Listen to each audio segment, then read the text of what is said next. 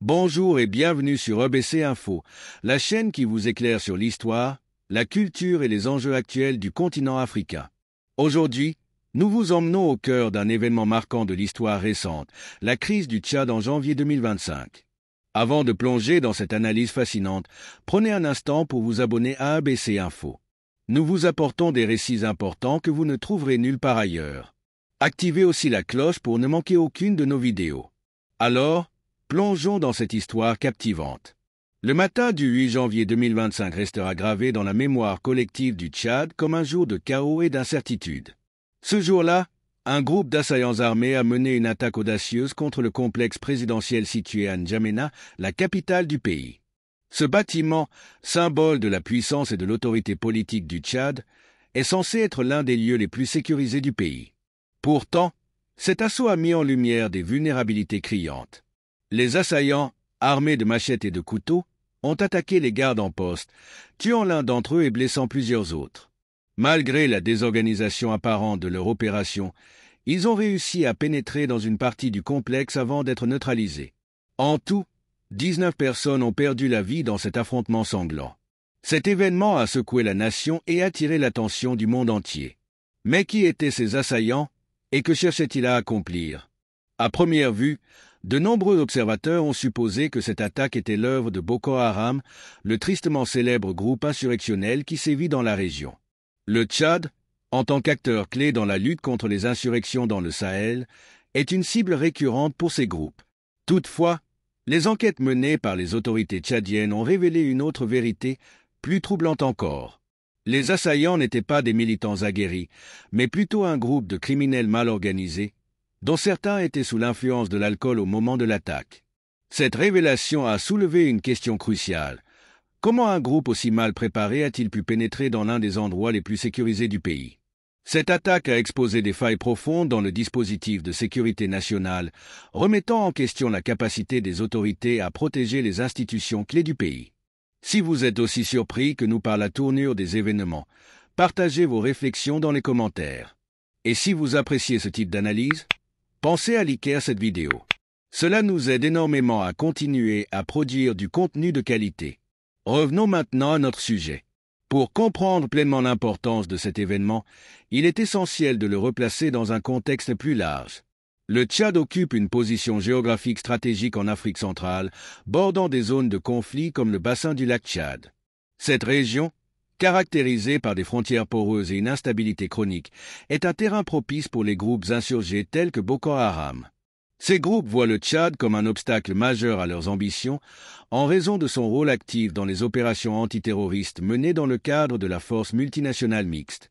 En dépit de ses efforts pour maintenir la stabilité régionale, le Tchad est confronté à des défis internes considérables. Depuis l'indépendance en 1960, le pays a été marqué par une succession de coups d'État et une gouvernance dominée par l'armée. Après la mort du président Idriss Déby en 2021, son fils, Mahama Idriss Déby, a pris le pouvoir à la tête d'un gouvernement de transition militaire. Bien que cette transition ait été justifiée par la nécessité de maintenir l'ordre, elle a également été perçue comme une continuité du régime autoritaire qui a marqué l'histoire récente du Tchad. Cet incident de janvier 2025 a révélé à quel point le système politique et militaire tchadien reste fragile. Alors que le gouvernement a rapidement déployé des forces militaires pour rétablir l'ordre, cette démonstration de force a également mis en évidence une réalité troublante, la dépendance excessive du Tchad à l'égard de son armée pour maintenir la stabilité. Cette militarisation du pouvoir, combinée à une opposition politique marginalisée, soulève des questions sur l'avenir démocratique du pays.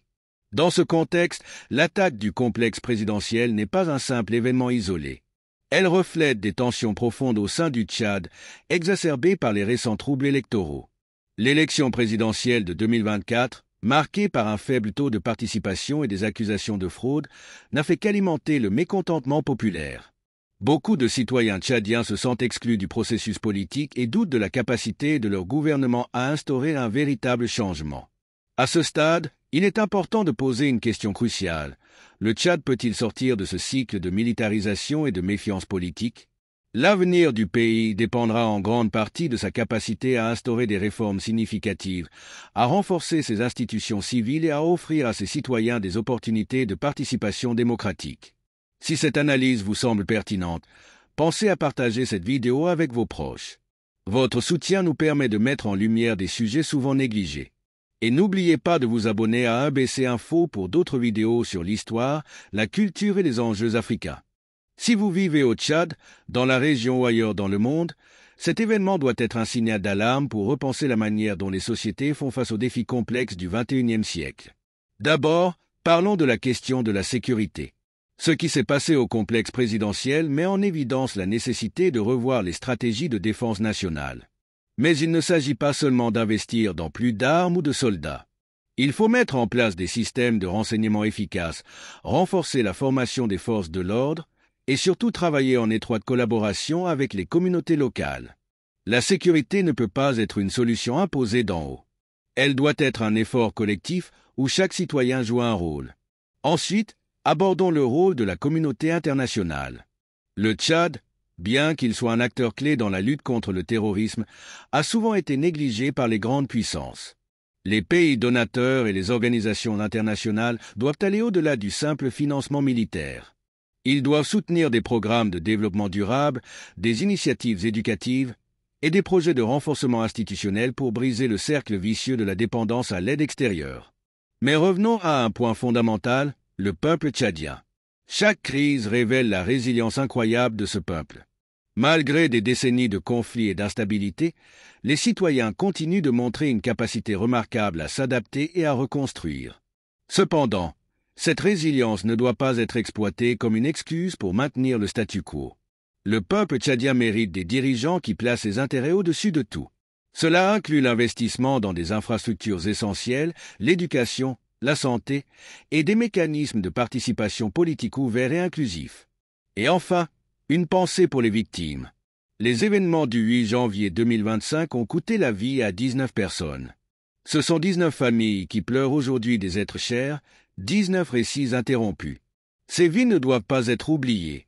Elles doivent servir de rappel poignant que derrière chaque fait divers, il y a des êtres humains avec des espoirs, des rêves et des aspirations. Alors, que pouvons-nous faire? Si vous êtes un citoyen du monde, commencez par vous informer et partager ces histoires.